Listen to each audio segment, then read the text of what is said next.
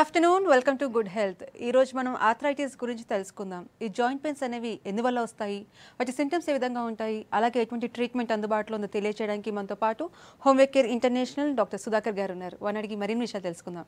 Hello doctor.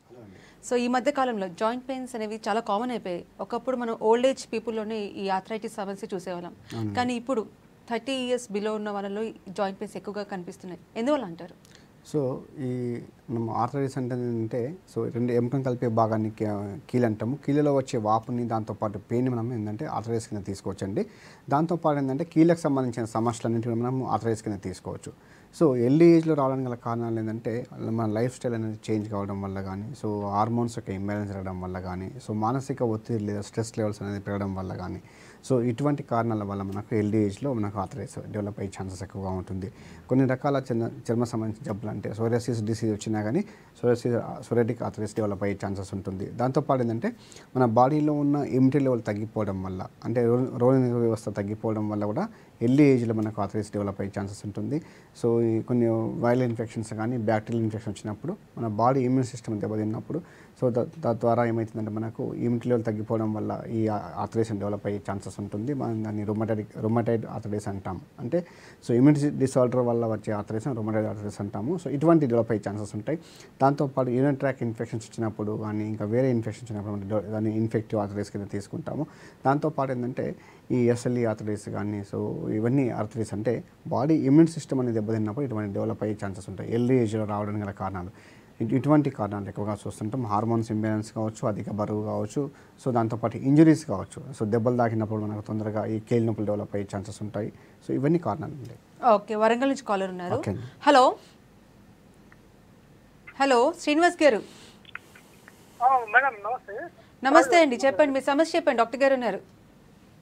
Sir నమస్కారం sir. నమస్కారం, చెప్పండి సార్ మా సిస్టర్కి సార్ మొత్తం ఈ మొగ్గలల్లా బోన్స్ అది ప్రొటెక్షన్ అది ఏదో ఉంటుందంట కదా సార్. అది హలో కాలుష్యం ప్రొటెక్షన్ సార్. ఈ మోకాళ్ళల్లా మొత్తం కీళ్ళని నడవ రాకుండా ఇట్లా దగ్గరికి అయిపోయింది సార్. ఓకే. నడవట్లేదు సార్ అసలుకే.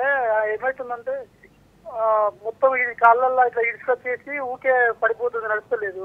ఓకే. కాలుష్యం పడిపోయిందని చెప్పేసారు. డాక్టర్ దగ్గరికి వెళ్తే అన్నారు సార్. ఇప్పటి వరకు కూడా క్యూర్ కావట్లేదు. అసలు ప్రాబ్లం ఏంటి సార్ మరి? ఓకే అండి. సో మీరు చెప్పిన సిమ్టమ్స్ అంటే మనకు రెండు ఎముకలు కూడా స్పేస్ తగ్గిపోయిందని చెప్తున్నారు. అంటే దానిలో ఉండే గుజ్జు అనేది అరిగిపోవడం వల్ల ఇలాంటిది మనకు కాళ్ళు అనే ఎముకలను పట్టేయడము, సో కీల్ మూమెంట్స్ అని తగ్గిపోతూ ఉంటాయి. సో నడవడానికి ఇబ్బందిగా ఉంటుంది. సో మనకు అంటే రెండు ఎముకలు ఇలా స్పేస్ అనేది తగ్గిపోవడం వల్ల ఎముకలు దగ్గరికి వస్తూ ఉంటాయి. కాల్షియం అనేది మనకు ఒకసారి తక్కువ ఉన్న ఇటువంటి ప్రాబ్లమ్స్ డెవలప్ అయ్యే ఛాన్సెస్ ఉంటుంది. దాంతోపాటు కార్టిలేజ్ లాస్ కావడం వల్ల మనకు వస్తూ ఉంటుంది. ఎక్కువరకు ఏంటంటే కీళ్ళ అరదలని మనం అంటాము దీన్ని. సో కార్టిలేజ్ లాస్ కావడం వల్ల మనకు స్పేస్ తగ్గిపోయి పెయిన్ ఎక్కువగా వస్తూ ఉంటుంది. మనం దీన్ని ఆస్టియోఆర్థరైటిస్ కింద తీసుకోవచ్చండి. మీరు చెప్పిన సిమ్టమ్స్ ఆధారంగా ఒకసారి మా క్లినిక్ వస్తే మనం ఏంటంటే మీ సిస్టర్ యొక్క కేసు ఎవరు చేయొచ్చు, సో ఎందువల్ల డెవలప్ అయింది, అంత ఏజ్ పరంగా వచ్చిందా లేదా హార్మోన్స్ యొక్క ఇంబ్యాలెన్స్ వల్ల వచ్చిందా, ఇవన్నీ మనము సో రూల్ అవుట్ చేసుకుని మనం హోమియోలో చాలా మంచి ట్రీట్మెంట్ అనేది ఇవ్వచ్చండి. ఓకే, నెక్స్ట్ కాల్ తీసుకుందాము. Hello madam. నమస్తే అండి. నమస్తే మేడం. చెప్పండి మీ ప్రాబ్లం చెప్పండి, డాక్టర్ గారు ఉన్నారు. నమస్తే సార్. నమస్తే, చెప్పండి సార్. ఇది లోయర్ బ్యాక్ పెయిన్, ఇట్లా బాగా పెయిన్ వస్తూ ఉంటుంది. ఓకే అండి. అక్కడ పెయిన్ స్టార్ట్ అయ్యి ఇట్లా వెనక సైడ్ నుంచి పిక్కలు, కాళ్ళ పిక్కల వరకు కూడా లాగుతూ ఉంటుంది బాగా. ఓకే. నేను జస్ట్ 30 years సార్. ఓకే. చాలా సంవత్సరాల నుంచి ఉంది ఇది పెయిన్. ఎక్స్రే కూడా తీపించినా కానీ ఏం ప్రాబ్లం లేదన్నారు సార్. మరి ఎందుకు అంతగానం లాగుతాయి నాకు అర్థం. ఓకే, మీకు రెండు కాళ్ళకు కూడా విస్తరిస్తుందా పెయిన్? రెండు కాళ్ళకి ఇట్లా లోయర్ బ్యాక్ పెయిన్ స్టార్ట్ అయ్యి సార్ వెనక సైడ్ మొత్తం వస్తుంది. Okay okay okay. మీరు ఏం జాబ్ చేస్తుంటారండి, ఏం పని చేస్తుంటారు మీరు? సార్ నేను కూర్చోండి కంప్యూటర్ ఆపరేటింగ్ చేస్తాను. కంప్యూటర్ ఆపరేటింగ్ చేస్తారు. ఓకే అండి. ఓకే అండి. సో మీరు చెప్పింది ఏంటంటే జనరల్గా స్పైన్కి సంబంధించిన ప్రాబ్లమ్స్ కూడా చాలా వరకు కూడా మనం చేసే యొక్క పని యొక్క విధానం వల్ల వస్తూ ఉంటాయి.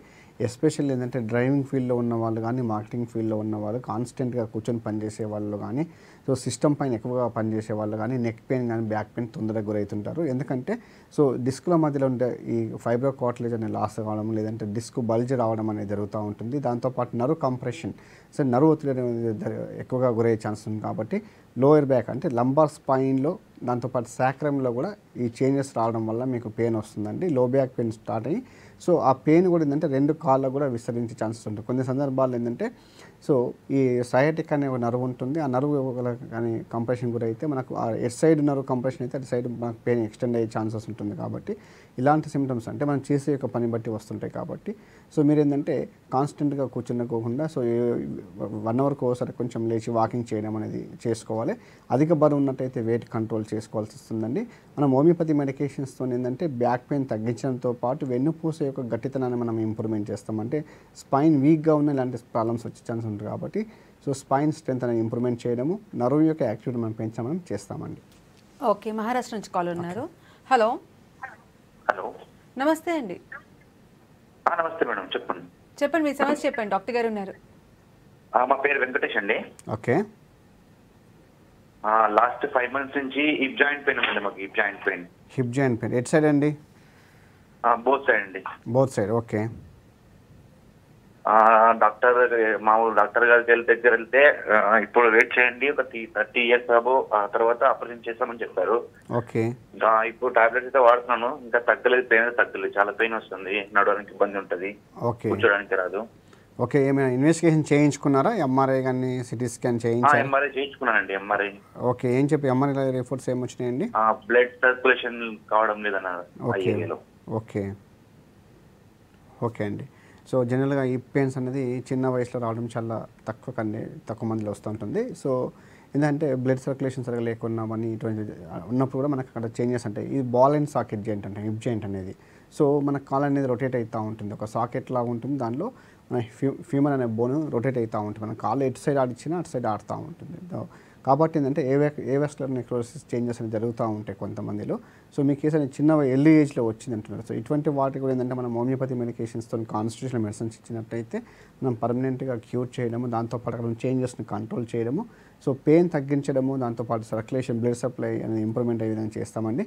ఒకసారి మీద రిపోర్ట్స్ ఒకసారి తీసుకొని వస్తే మనం కేసు స్టడీ చేసి మనం మంచి మెడికేషన్ అనేది ఇవ్వచ్చండి. ఓకే, నెక్స్ట్ కాల్ తీసుకుందాము. హలో హలో, రవి గారు నమస్తే అండి. నమస్తే అండి, చెప్పండి. చెప్పండి, మీ సమస్య చెప్పండి. దవడలకు కొంచెం తెచ్చినట్టు అయిందండి. తెచ్చినట్టు అయ్యి అసలు ఎన్ని హాస్పిటల్ తిరిగినా తగ్గట్లేదు. ఓకే, నిమ్స్ కూడా వెళ్ళాను, ఇటు కోటిలో ఉన్న ఈఎన్టీ హాస్పిటల్ వెళ్ళాను. ఓకే, దవడ ఏదన్నా తింటే కారం అవుతుందండి, వేరే ఏం లేదు. ఓకే, కొంచెం కారం తగిలినా ఫుల్ కారం అవుతుంది, తినలేకపోతుంది. ఓకే, బయోప్సీ కూడా చేయించినాం, అది నార్మల్ వచ్చింది, అన్ని నార్మల్ వస్తాను, ఏ టెస్ట్ అయినా. ఓకే, హోమియోపతి వాడదామని ఉంది సార్. ఓకే అండి. సో జనరల్గా ఏంటంటే మనకు దవడల్లో కొంతమందికి స్కిన్ లోపల ఉన్న స్కిన్ అనేది లేదంటే చర్మం అనేది అల్సరేషన్ చిన్న పుండులాగా మారిపోవడం, అంటే పెచ్చిపోయినట్లు ఉంటుందండి.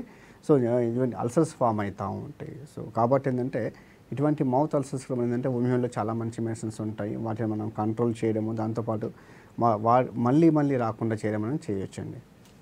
ఓకే, సో ఆర్థరైటిస్లో డిఫరెంట్ టైప్స్ ఆఫ్ ఆర్థరైటిస్ ఉంటాయి. ఫర్ ఎగ్జాంపుల్ గాటి ఆర్థరైటిస్ అనేసి, సోరియాటిక్ ఆర్థరైటిస్ అనేసి. సో వాటి సిమ్టమ్స్ ఏ విధంగా ఉంటాయో చెప్పండి.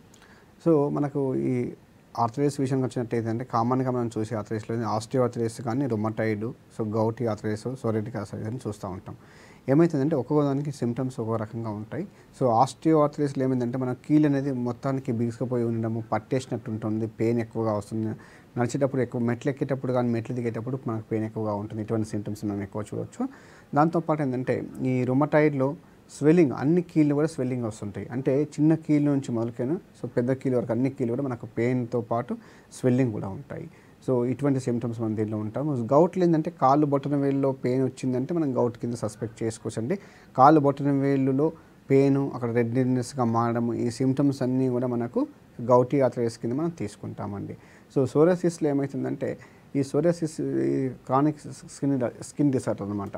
సో దీనివల్ల ఏమవుతుందంటే మనకు కీళ్ళ నొప్పులను డెవలప్ అయ్యే ఛాన్సెస్ ఉంటాయి. సో కాబట్టి ఏంటంటే అన్ని కీళ్ళు కూడా దీనిలో ఎఫెక్ట్ అయ్యే ఛాన్సెస్ ఉంటుంది. పెయిన్ ఉంటుంది, రెడ్డిష్ స్వెల్లింగ్ ఉంటుంది ఆ కీళ్ళు ఉన్న భాగంలో.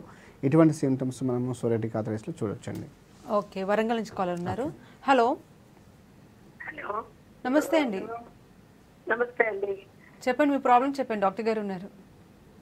మా అక్కయ్యకి 2 కాళ్ళు, మోకాళ్ళు 2 కూడా నొప్పులండి.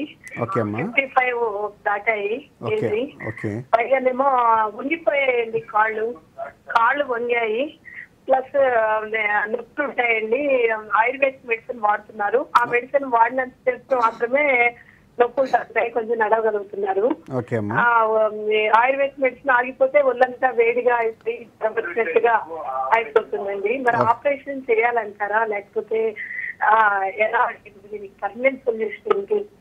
హోమియల్ కేర్ లో ఏమైనా దీనికి దొరుకుతుందా? ఓకే అమ్మా, ఓకే.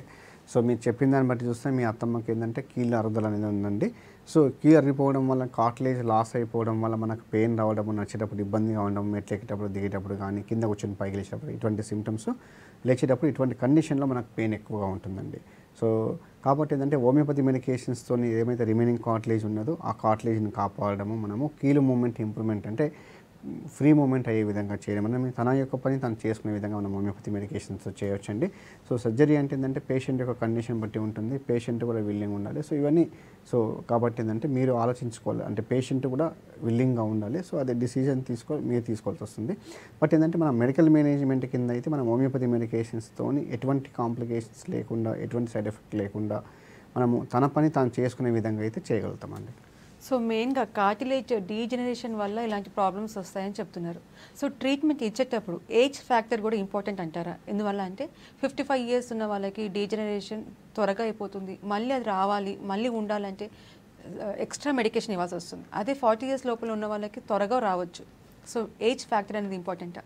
సో ఏంటంటే మనం ఈ ఆర్థరైటిస్ విషయంలో ఏంటంటే ఎర్లీ ఏజ్లో వచ్చినట్టయితే ఏంటంటే వాళ్ళకి మనము మంచి ఏంటంటే ఇంప్రూవ్మెంట్ అనేది తొందరగా ఉంటుంది. లేట్ స్టేజ్లో వచ్చినట్టయితే ఏంటంటే వాళ్ళకు కార్టిలేజ్ లాస్ కావడం వల్ల ఫర్దర్గా ఉన్నదాన్ని కాపాడడము, దాంతోపాటు మళ్ళీ అంటే కీలు మూమెంట్ చెడిపోకుండా కీలు మూమెంట్ ఇంప్రూవ్మెంట్ అయ్యే విధంగా మనం అనేది చేయగలుగుతామండి. సో కాబట్టి చాలా వరకు ఏంటంటే ఆర్థరైటిస్ ఏంటంటే ఎర్లీ ఏజ్లో వస్తుందంటే వాళ్ళు చాలా జాగ్రత్తగా ఉండాల్సి వస్తుంది. సో ఎందుకంటే ఎర్లీ ఏజ్లో వచ్చినట్టే సంథింగ్ ఏదో ఒక కారణం ఉంటుంది, మూల కారణము. బట్ అటువంటి కారణాలు మనం హోమియోపతి మెడికేషన్స్తో తీసుకొని మనం వాటిని క్యూర్ చేయడం జరుగుతూ ఉంటుంది. సో స్ట్రెస్ లెవెల్స్ కావచ్చు, లేదంటే ఎప్పుడైనా ఇంజరీ అయింది కావచ్చు, దాంతోపాటు ఏంటంటే హార్మోన్స్ యొక్క ఇంబ్యాలెన్స్ కావచ్చు, థైరాయిడ్ ప్రాబ్లమ్స్ కావచ్చు. సో ఇటువంటి ప్రాబ్లమ్స్ వాళ్ళ కేసు హిస్టరీ మనం ఉన్నదా లేదా చూసుకోవడము, ఇటువంటి ప్రాబ్లమ్స్ చూసుకొని ఏదైనా ఇన్ఫెక్షన్స్ వచ్చినాయి ఎప్పుడైనా ఇంతకుముందు, సో చికెన్ గన్యా ఇలాంటి ఫీవర్స్ వచ్చినప్పుడు నాకు ఏంటంటే కీళ్ళ నొప్పులు డెవలప్ అయ్యే ఛాన్సెస్ ఉంటాయి. కాబట్టి ఏంటంటే రావడానికి గల కారణం తెలుసుకోవడము, మూల కారణం తెలుసుకొని దాన్ని ట్రీట్ చేస్తాం హోమియోపతిలో. ఓకే, కరీంనగర్ నుంచి కాల్ ఉన్నారు. హలో, చెప్పండి మేడం. మీ ప్రాబ్లం చెప్పండి, డాక్టర్ గారు ఉన్నారు. డాక్టర్ గారు, ఇప్పుడు మా మిస్సెస్ కు ఒక 4 నెలల నుంచి కరీంనగర్ హోమియోలో మందులు పడుతున్నాం మేడం. ఓకే. అయితే ఆమెకు కాళ్ళు తిమ్మిర్లు, మోకాలు నొప్పులు, జెయింట్స్ అన్ని పెయిన్స్, ఓకే, నరాలు కూడా లాగినట్టు అవుతుంది, ఒక చేయి మొత్తం ఫుల్లింగ్ లాగుతుంటది. ఓకే. వీటి కోసము మందులు ఇప్పుడు 4 నెలల నుంచి మాట్లాడుతున్నాం. నొప్పి తీవ్రత ఉంటే కానీ తగ్గుముఖం అయితే ఇంత వరకు పట్టలేదండి. ఓకే. ఎన్ని రోజుల నుంచి ఉన్నాయండి మీ మిస్సెస్కు? ఏమండి, ఎన్ని రోజుల నుంచి ఉన్నాయి ఈ ప్రాబ్లమ్స్ మీకు? మా మిస్సెస్ కానీ చాలా రోజులు ఉంచండి. ఈ మధ్య ఒక 4 నెలల నుంచి మేము ఈ మందులు వాడుతున్నాం. అదే 4-5 years నుంచి ఉన్నాయా ఈ ప్రాబ్లమ్స్ అన్ని? ఉన్నాయండి, 4-5 years నుంచి ఉన్నాయి. ఓకే. సో ఎందుకంటే మనకు క్రానిక్ స్టేటస్లో ఉన్నప్పుడు, డిసీజ్ అనేది క్రానిక్ స్టేజ్లో ఉన్నప్పుడు మనకు కొంచెం టైం పడుతుందండి. మీరు హోమియోపతి మెడికేషన్స్ కంటిన్యూ చేసుకోండి. ఎందుకంటే మన కీళ్ళ నొప్పులు కానీ కీళ్ళలో జరిగిన మార్పులను మనము ఒకసారి అంటే డ్యామేజ్ అయిందని మనం రివర్స్ తీసుకోవడానికి కొంచెం టైం తీసుకుంటుంది. దాంతోపాటు ఏంటంటే మీ దానిలో నర్వ్ యాక్టివిటీ మనకు ఇంప్రూవ్మెంట్, తిమ్ములు రావడం ఇవన్నీ కూడా ఏంటంటే నర్వ్ యొక్క సెన్సేషన్ లాస్ కావడం జరుగుతూ ఉంటుంది. కాబట్టి సో ఏంటంటే నర్వ్ యొక్క యాక్టివిటీ మనం ఇంప్రూవ్మెంట్ చేయడము, మజిల్స్ యాక్టివిటీ ఇంప్రూవ్మెంట్ చేయడం అనేది చేస్తాం. కాబట్టి సో ఇవన్నీ టైం తీసుకుంటుంది, మీరు కంటిన్యూ చేసుకోండి, మంచి ఇంప్రూవ్మెంట్ వస్తుంది. సో డాక్టర్, ఈ కీళ్ళకి సంబంధించిన ఆర్థరైటిస్కి వస్తే చాలామంది సర్జరీ చేయించుకుంటారు, కానీ సర్జరీ తర్వాత కూడా మళ్ళీ అదే ప్రాబ్లం స్టార్ట్ అవుతుంటుంది. సో మళ్ళీ ఇలాంటి రికరెంట్ పెయిన్ రాకుండా హోమియోపతిలో పర్మనెంట్ సొల్యూషన్ ఉందంటారా? సో ఏంటంటే మనము మెడికల్ మేనేజ్మెంట్ కింద హోమియోపతి మెడికేషన్స్తో ఏంటంటే కీలు యొక్క మూమెంట్స్ ఇంప్రూవ్మెంట్ చేయడము, సో కార్టిలేజ్ ఏదైతే ఉన్నదో దాన్ని ఫర్దర్గా లాస్ కాకుండా చేయడము, సో ఇన్ఫ్లమేటరీ చేంజెస్ ఉన్నట్టయితే వాటిని మనం కంట్రోల్ చేయడము, అంటే స్వెల్లింగ్ రావడము, వాటర్ ఫామ్ కావడం ఇవన్నీ రాకుండా చేయడం అనేది హెల్తీగా, కీలు అనేది హెల్తీగా ఉండే విధంగా చేయడం అని చేస్తాము. సో బ్లడ్ సప్లై కానీ నర్వ్ సప్లై కానీ యాక్టివ్గా ఉండే విధంగా చేస్తాము. సో ఇవన్నీ కూడా ఏంటంటే ఎప్పుడైతే ఇవన్నీ ఇంప్రూవ్మెంట్ ఉంటున్నాయో పేషెంట్ తన యొక్క పని అంటే ఒక ఏజ్ సర్టెన్ 60 years 70 years వాళ్ళ కింద రొటీన్ లైఫ్ లీడ్ అయ్యే విధంగా ఉండాలి. వాళ్ళకి కావాల్సింది ఏంటి, వాళ్ళ నార్మల్ లైఫ్ జీవించే విధంగా. సో ఆ విధంగా మనం చేయొచ్చు. సో ఎర్లీ ఏజ్లో ఉన్నట్టయితే మనకు మంచి ఇంప్రూవ్మెంట్ తీసుకొచ్చి వాళ్ళ యొక్క జాబ్ కానీ చేసుకునే విధంగా మనం చేయొచ్చు అండి. ఓకే, వరంగల్ నుంచి కాల్ ఉన్నారు. Hello. Hello madam. Ashok garu, good afternoon అండి. Good afternoon madam. Okay. Hello sir, hello. Okay, చెప్పండి. అయితే మాకు ఎడం సైడ్ భుజం ఒకటే అది వస్తుంది సార్ దీనివల్ల అంటాం హలో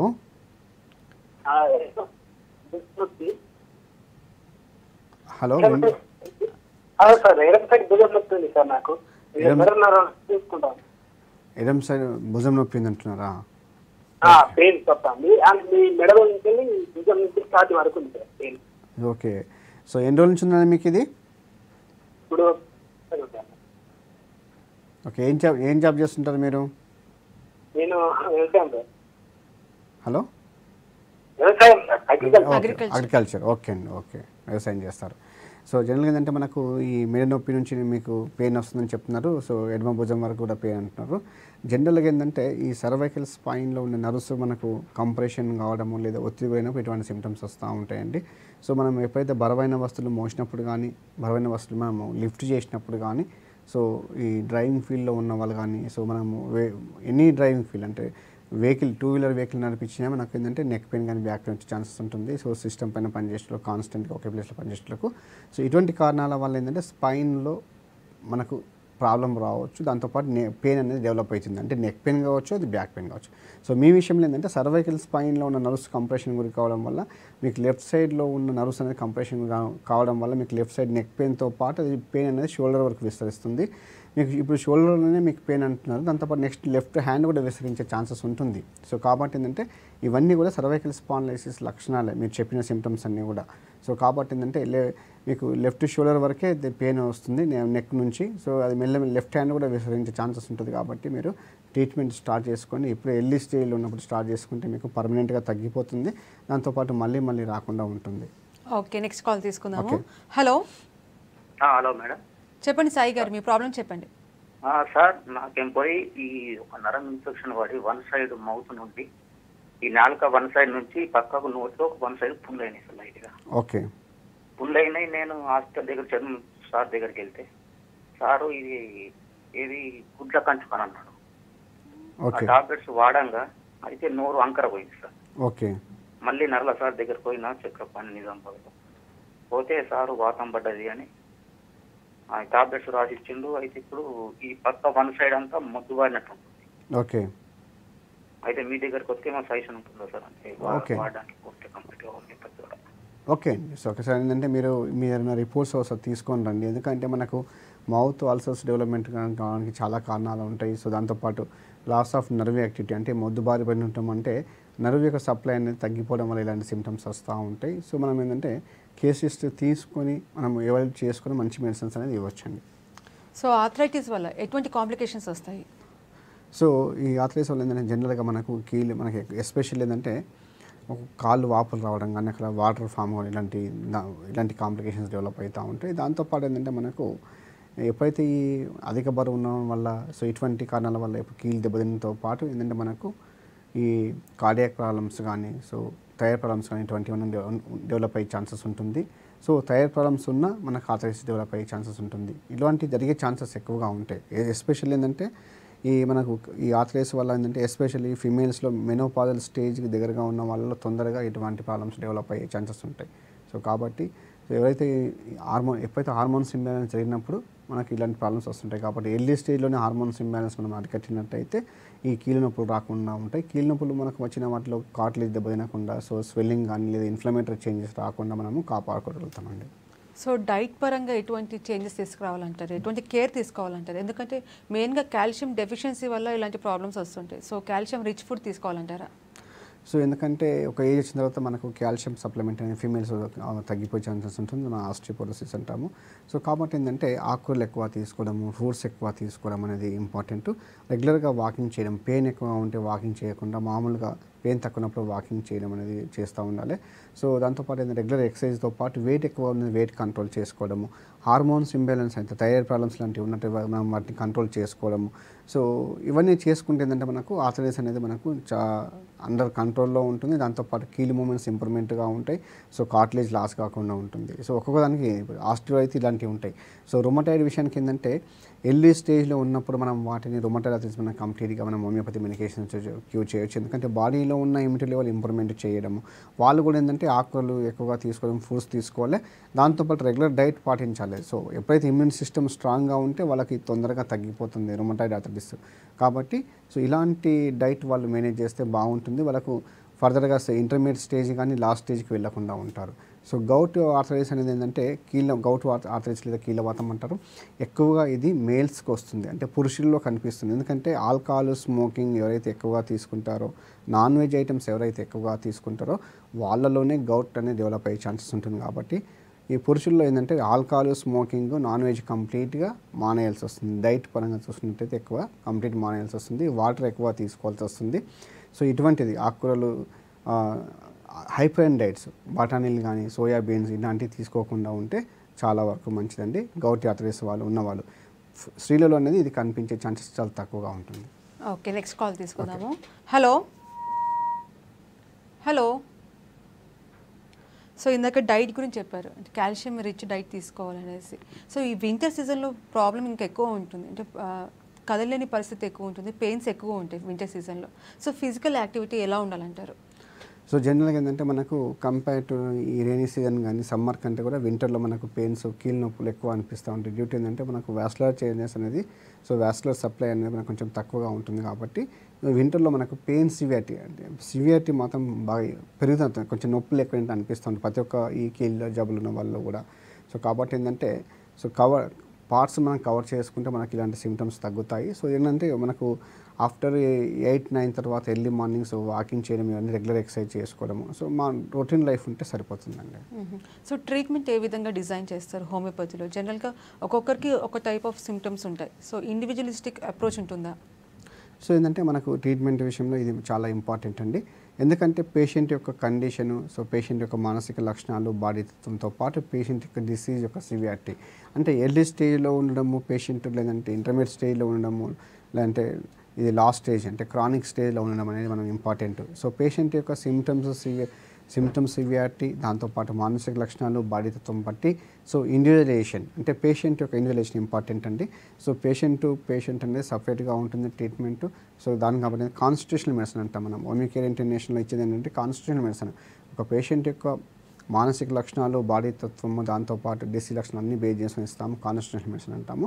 ఈ మెడిసిన్ ఇచ్చినట్టయితే మనం కంప్లీట్గా క్యూర్ చేయడము, దాంతోపాటు సిమ్టమ్స్ యొక్క సివియారిటీ తగ్గించడము, సో ఫర్దర్గా ఇన్ఫ్లమేటరీ చేంజెస్ అనేది డెవలప్మెంట్ కాకుండా చేయడం చేస్తామండి. ఓకే, నెక్స్ట్ కాల్ తీసుకున్నాము. హలో హలో, నమస్తే అండి. సో ఇండివిజువలిస్టిక్ అప్రోచ్ అంటున్నారు. సో కొంతమందికి ఫ్లోరిన్ కంటెంట్ వల్ల కూడా ఆర్థరైటిస్ ప్రాబ్లమ్స్ వస్తుంటాయి. సో ఈ ప్రాబ్లమ్ని ఎలా డీల్ చేస్తారు? అంటే ఫ్లోరిన్ కంటెంట్ కొంతమంది తీసుకునే యొక్క వాటర్లో ఫ్లోరిన్ ఉండడం వల్ల ఇలాంటి ప్రాబ్లమ్స్ వస్తుంటాయి. కాబట్టి ఏంటంటే వీళ్ళకి కూడా ఏంటంటే పెయిన్ మనం తగ్గించడం, డిసీజ్ యొక్క సివియారిటీ మనం పెరగకుండా మనం కాపాడుతామండి హోమియోపతి మెడికేషన్స్తోని. సో ఫర్దర్గా డ్యామేజ్ జరగకుండా సో వాళ్ళ యొక్క పని వాళ్ళు చేసుకునే విధంగా మనం చేయొచ్చండి. సో రాకుండా ఎటువంటి కేర్ తీసుకోవాలంటారు? ఒకవేళ ఫ్యామిలీ హిస్టరీలో కూడా ఆర్థరైటిస్ సమస్య ఉంటే వచ్చే జనరేషన్ కూడా వచ్చే ఛాన్సెస్ ఉంటాయి, 50% ఛాన్సెస్ ఉంటాయి. సో రాకుండా ఎటువంటి కేర్ తీసుకోవాలంటారు? సో ఏంటంటే మనం రాకుండా ఉండాలంటే, ఆర్థరైటిస్ రాకుండా ఉండాలంటే సో ఫస్ట్ ఏంటంటే పేషెంట్ ఎర్లీ స్టేజ్లో మనకు పెయిన్ వచ్చింది, ఏదైనా కీల్లో మనకు పెయిన్ ఉందంటే సో అది మనకు 1 వీక్ నుంచి తగ్గట్లేదన్న ఇమీడియట్గా మనం డాక్టర్ని కన్సల్ట్ చేసి తగిన ఒపీనియన్ అనేది తీసుకోవాల్సి వస్తుందండి. అది ఏ కీలన్నా కానీ, సో కాలు యొక్క బొటన వేలు కావచ్చు, మోకాలు కావచ్చు, లేదంటే హిప్ జాయింట్ కావచ్చు, షోల్డర్ జాయింట్, ఎన్ని కీల్లో కూడా. సో దాంతోపాటు నెక్ పెయిన్ కానీ బ్యాక్ పెయిన్ ఉన్నట్టుగా ఇమీడియట్గా డాక్టర్ని కన్సల్ట్ చేయాలండి. ఒక 1 వీక్ వరకు తగ్గట్లేదు మనము, సో మళ్ళీ వస్తుంది, రిపీట్ అవుతుంది అన్నప్పుడు మనం కంపల్సరీగా డాక్టర్ని కన్సల్ట్ చేసి సో ట్రీట్మెంట్ని తీసుకోవాలి. ఎందుకంటే దీనిలో ఆస్టియోఆర్థరైటిస్ అనేది ఏంటంటే మనకు ఎర్లీ స్టేజ్లో రావడానికి స్ట్రెస్ లెవెల్స్ పెరగడం వల్ల, హార్మోన్స్ యొక్క ఇంబ్యాలెన్స్ వల్ల మెయిన్గా మనం ఈ రోజుల్లో చూస్తున్నాము. సో కీళ్ళ రెండోది ఏంటంటే గౌట్ లేదా ఈ కీళ్ళవాతం అనేది ఏంటంటే మన diet habits, life style change కావడం వల్ల తొందరగా వస్తుంది. సో కాలు బొటన వేల్లో పెయిన్ వచ్చింది, లేదా పెయిన్ స్టార్ట్ అయిందంటే గౌట్ కింద సస్పెక్ట్ చేయొచ్చండి. ఎవరైతే హ్యాబిట్స్ ఎక్కువగా నాన్ వెజ్ తినే అలవాటు ఉన్న వాళ్ళు, స్మోకింగ్ అని ఆల్కహాల్ చేసేవాళ్ళు, పురుషులలో ఇది తొందరగా వస్తుంది. సో ఇటువంటి సిమ్టమ్స్ మనము నాకు పెయిన్ వస్తుంది, నేను ఎక్కువ నాన్ వెజ్ ఐటమ్స్ తీసుకుంటాను, ఆల్కహాల్ తీసుకుంటాను, స్మోకింగ్ చేస్తాను, ఇటువంటి హ్యాబిట్స్ ఉన్న వాళ్ళు డాక్టర్ని కన్సల్ట్ చేసి బ్లడ్లో ఉన్న serum uric acid level test చేయించుకోవాల్సి వస్తుంది. సిరమ్ యూరిక్ యాసిడ్ లెవెల్స్ కానీ ఎక్కువ ఉన్నట్టయితే కంపల్సరీగా గౌట్ అదండి.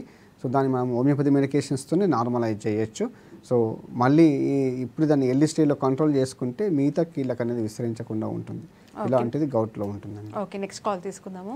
హలో హలో హలో నమస్తే అండి గీత గారు. డాక్టర్ గారు ఉన్నారా? చెప్పండి అమ్మా. నాకు రొమటైడ్ ఆర్థరైటిస్ అయితే నిమ్స్ హాస్పిటల్లో మెడిసిన్ వాడుతున్నాను. ఓకే అమ్మా. 2 years అవుతుంది. ఓకే అమ్మా. మొత్తం తగ్గిపోయింది కానీ ఇంకా వాడాలంటారు. ఇంకా ఎన్ని రోజులు వాడాలి? ఓకే అమ్మా. ఎందుకంటే జనరల్గా రుమటాయిడ్ ఆర్థరైటిస్ అనేది మనకు బాడీ ఇమ్యూన్ సిస్టమ్ పైన డిపెండ్ ఉంటుందమ్మా. సో ఏంటంటే దాన్ని యాక్చువల్గా ఇమ్యూనిటీ డిసార్డర్ అంటాం దాన్ని. సో కాకపోతే అంటే పేషెంట్ యొక్క కండిషన్ పైన డిపెండ్ ఉంటుందమ్మా మెడికేషన్స్ ఎన్ని రోజులు వాడాలనేది. ఏంటంటే మనం హోమియోపతి మెడికేషన్స్తోని ఈ ఆర్థరైటిస్ మనకి ఏంటంటే మనం క్యూర్ చేయడము, దాంతోపాటు మళ్ళీ రాకుండా చేయడము, బాడీ ఇమ్యూనిటీ లెవెల్ ఇంప్రూవ్మెంట్ చేయడం అనేది మనం చేస్తామమ్మా. సో ఈ ఆర్థరైటిస్ వల్ల బోన్ డెన్సిటీ కూడా తగ్గిపోతుందంటారా? సో దీనివల్ల ఏంటంటే మనకు బోన్ డెన్సిటీ కూడా తగ్గే ఛాన్సెస్ ఉంటుంది. ఎందుకంటే లైఫ్ స్టైల్ చేంజ్ అనేది ఆటోమేటిక్గా మనకు బోన్ అంటే వీక్ అయిపోవడము, దానిలో ఆస్ట్రోపైడ్ చేంజెస్ రావడం అనేది జరుగుతూ ఉంటుంది. ఈ కీళ్ళ మధ్యలో కొత్త బోన్ ఫామ్ కావడము, సో ఇవన్నీ జరుగుతూ ఉంటాయి. కాబట్టి లైఫ్ స్టైల్, ఫుడ్ హ్యాబిట్స్ కూడా మనకు కొంతవరకు కారణం అయితే, దాంతోపాటు స్ట్రెస్ లెవెల్స్ కూడా కారణం. ఎప్పుడైతే స్ట్రెస్ ఉంటుందో ఆటోమేటిక్గా హార్మోన్స్ ఇంబ్యాలెన్స్ జరిగే ఛాన్స్ అంటే ఇట్లా ఒకదానికి సంబంధం ఉంటుంది. కాబట్టి సో ఎర్లీ స్టేజ్లోనే గుర్తించుకొని తగిన ట్రీట్మెంట్ తీసుకుంటే బాగుంటుంది. Thank you so much doctor. ఇది ఇవాల్టి good health. Keep watching V6 news.